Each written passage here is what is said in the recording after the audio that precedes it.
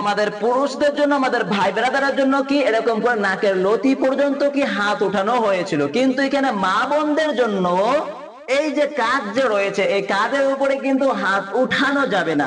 এরকম করে কাজ যে রয়েছে, কাজের সমান সমান থাকতে হবে, আর হাতটা কিন্তু এরকম করে একটু করে বেঁকা থাকতে হবে, এরকম করে, এরকম করে। এখানে এরকম থাকা যাবে না, এরকম করে শরীরের সঙ্গে লাগিয়ে দিতে হবে। এরকম করে আপনাদের কি করতে হবে? আল্লাহু আকবার এরকম করে নিয়ত করতে হবে, যেরকম নিয়ত বলেছেন, নিয়ত বরাবর যখন আল্লাহু আকবার বলবেন তখন এরকম করে হাত উঠানোর পর আপনাদের কি করতে হবে? আল্লাহু আকবার। আমি যে আপনাদের মুখ দেখছি সেটা কিন্তু আপনারা করবেন না, আপনারা শুধুমাত্র কোথায় থাকবে? সিজদা যেখানে দিবেন সেখানে আপনাদের নজর থাকতে হবে।